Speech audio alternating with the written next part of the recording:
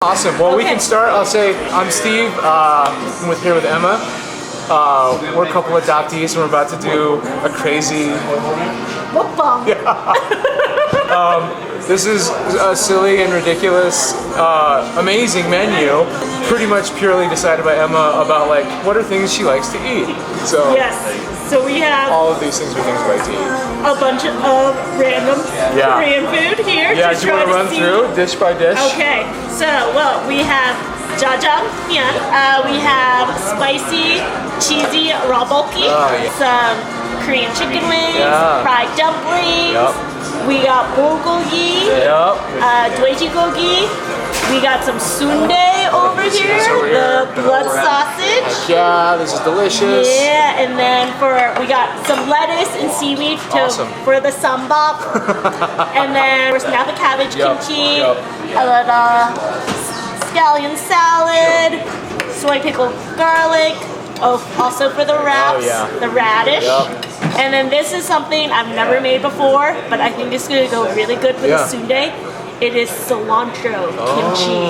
So it's a North Korean thing I've been hearing about. The feeling it's going to go really good with the sundae. That's like because they're both like North kind Korean. of North Korean. Yeah. So it's just makes like, a lot of sense. I think that's going to go Honestly, really good I feel like together. North Korean food is like really good in Bozeman because it's pretty similar climate. It's like farm country. Yeah, because I'm a little bit from more of a southern part of Korea, so especially like their kimchis and stuff are going to be a little bit saltier because they have because they have to preserve it through warmer climates versus the northern part is going to be a little bit less. Live up north. And okay. I think we should start. You should pick. We should do chef's choice. Oh God. What should we start with? I think we should start with tasting the noodles, the jjajangmyeon. Okay. So this is an interesting dish. I always like it's become such a Korean thing. Obviously, Parasite, etc. Right? But it really is like kind of a Chinese dish. It's a Chinese dish. And, a northern Chinese dish. Yeah. So I think it's like this is one of those things where Korean food I think has a pretty unique and specific history. So I think actually the first time I've ever had jjajangmyeon was actually Chinese version of it. Really? Yeah, because in China. I actually made it with my roommate who was Chinese and my best friend in college. Fresh mung bean sprouts. So is this you and your friend's recipe? This one is purely Korean. And then when I studied abroad in Beijing, across from my campus, there was this restaurant that only did jjajangmyeon. And do they have one dish? Yeah, I love that. I love that. You just go there for that one dish, and it was just like a bunch of like 13, 14-year-old boys running around this restaurant. And like that seems familiar. Is it you're doing the same thing? Yeah, basically. I look at a lot of menus and I see like a huge menu. It's almost too many things, and it's people are then like caught with like, well, I don't know what to order. So if your menu is too small or if it's too big, it can like really throw it off. It's just like all the foods that I like. Which is great. Honestly, I think that's the best way to open a restaurant. If you just like, you can call it Emma's Place or whatever. You're like, oh, these are all of the things I find delicious. Yes, these are my favorite foods to eat on a daily basis because that's what I end up eating every day. Yeah, exactly. Instead of hotness levels, it's the levels of mashi soyo that you find it. It's just been kind of a staple dish. It's like a comfort food. Oh yeah, so like an unusual comfort food kind of. The things I love about Korean food culture, it's like medicine, but it's also like witch doctory too, where if you're single you have to eat this, or if you just gave birth you have to eat this, or it's the hottest day of the year. You have to eat this. Exactly. Are we finishing each dish? I don't know. Do we want to? I don't know if we can. I don't know if we can. Okay, maybe go on to the sundae and kind of street sundae first. I just love sundae with rabolki. Or like do these two together? Yeah. Love it. And the mandu dipped in there. So we'll do like street food. This is the street food aspect. So we went to China. Sundae. Let's talk about what is sundae. Sundae, Korean blood sausage. It is so good. I love it because it utilizes every aspect of the animal. So it's filled with the japchae noodles, which are the sweet potato starch noodles, beef blood, some pork fat. So I don't think it's particularly a strong organ flavor, like haggis is or something. Oh yeah, no. I feel like it just tastes meaty umami-ish without being like super organy. A lot of times people don't even realize what it is, and then you're like, oh yeah, that's blood sausage. You're like, what? I don't like blood sausage. You're like, well, you did. Turns out you do, yeah. Normally, in Korea, there's like an old ajumma selling sundae and raboki. Yeah. So where does raboki stack on your Oh god. like your street food? Yeah, so number one. Tteokbokki. Oh, Yep, wow. I love tteokbokki. Yeah, me And too. then especially with a sundae on the side, because then you take your little blood sausage slice here, and then it's just like mash it together with the spicy kind of sweet sauce. Definitely one of your top street foods. Yep. This goes first. Yep. And then afterwards, you either get the little fish cake filled with red beans or a hot dog. Oh yeah. Because it's like after something spicy, you need kind of a little something sweet. Yeah. Did you eat rice as a kid? Oh yeah. Constantly. That's all I wanted. So when I was a little kid, I would even at 5, as soon as I was allowed to boil rice, I just boiled rice. I didn't boil good rice. It was like Uncle Ben's minute rice. Yep. And I would eat rice with soy sauce, starting from basically kindergarten all the way through high school. Oh yeah, rice, kimchi was always as a child. Yeah, well, I was always chasing kimchi and spicy things. Spicy things, so it was always rice, kimchi, and a little bit of soy sauce was my go-to thing as a child. I don't know, how old were you when you were adopted? 7 months. How are you? I was 3.5. Oh, you were. So I was you were older. Wow. Yeah. Okay. So I think that's why there was weird foods that I was just like. You were a lot older. Yep. Like I thought it was because I have 2 older brothers that are white.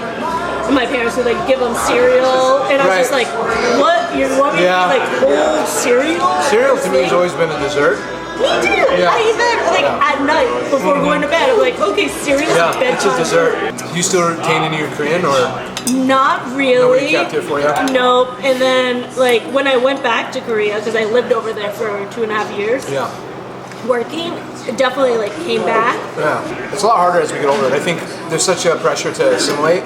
Yeah. That it really represses any kind of wanting to hold on to that. Oh yeah. I didn't really feel that way until much later. Even as an adult, you're like, oh shit, I lost a lot of this to try to reclaim it. So I think for you, this feels like a reclamation project. Oh yeah, this is me. Just be like, oh, I'm Korean and I love Korean food. You can't not. I know. It's so good. It's such a labor of love. Did you first have that in Korea? Yes, that was the first time I had it, and it changed my life in a way where I just I had some sausages I got at the farmer's market this weekend. I had kimchi and I was craving rice, so I just made kimchi bokkeumbap with sausage. And I used breakfast maple sausage. Ooh. And it was like that sweet, smoky mapley. And I was like, holy shit, this is an amazing. God, I wanted to try the sundae with your North Korean cilantro. So what are you gonna do? Soup. I'm thinking I'm just gonna grab a piece and then dip it, or kind of. I'm gonna take a piece and then put some of the cilantro kimchi on top. Okay. How much? And then healthy dollop. Yeah, I think so. I like cilantro, so. Me too. Okay. I'm all about it. Safe.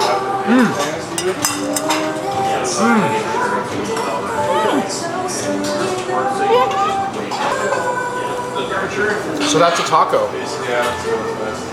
It really is. It's a taco. Wow. That's really good. It is really good.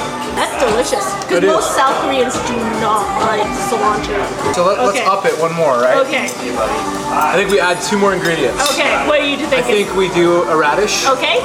And I think we samjang. So that will make it taste a little bit more Korean, I think. Yeah. It'll be a big bite.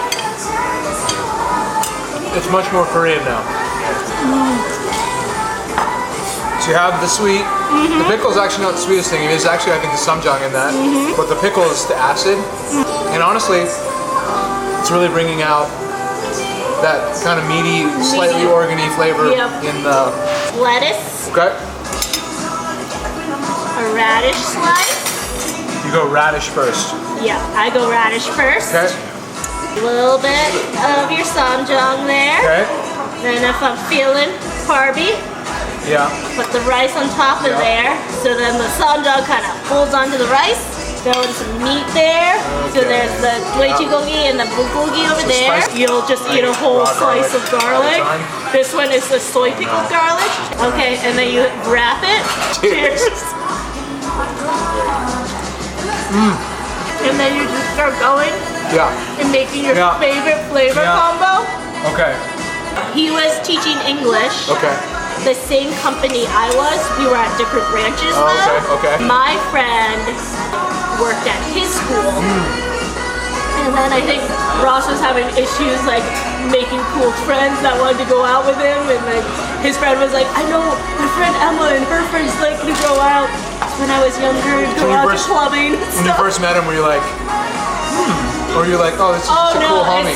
No, I thought he was Mormon at first. Oh yeah. Because there was a bunch of Mormons running around Daegu at the time. Does have that vibe. Yeah, and he had a button-down shirt and a backpack on, and I was just like, just figured he was Mormon, and I was just like, that's hilarious. Probably not gonna SLC get along punk. well. Yeah. And then I find out later he's like very into punk, and he's not Mormon at all. No, that's hilarious. Okay. You're like, oh, okay, thank God. For the most part, this is a pretty healthy. Yeah. When you balance it out. Like with your vegetables. Yeah, exactly. A lot of radish in here. Has like a really nice. I know. I'm actually gonna go all veggie on this. Oh, that's a good idea. Yeah, I'm gonna go all veggie.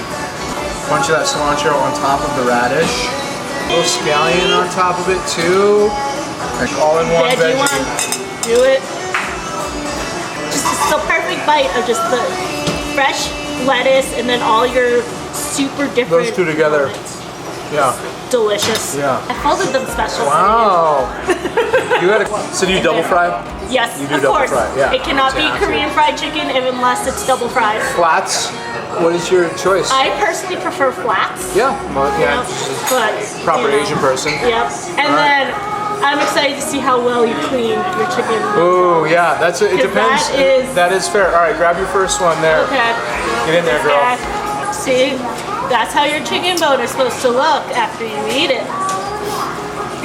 So this menu is surprisingly vegetarian friendly. There's a lot of veggie forward options you may not normally expect out of a Korean restaurant. A lot of Korean food is vegetarian or pescatarian because there's maybe seafood in it. Yeah, a lot of fish sauce or seafood. Now, dumplings.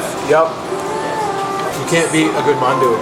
We think we finished it through, right? I think so. I think we did so good. Emma, is any of this going to make it on the regular menu? I think I'm going to have to bring out the cilantro. Guys, it's delicious. Amazing. It's something so different. I don't know if we can see. Well, thanks, guys. Thanks for joining us from downtown Bozeman, Whistle Pig. We are open Wednesday through Saturday, 4 p.m. to 9 p.m. But if we need to include other Koreans in future ones, we get all of our Koreans together.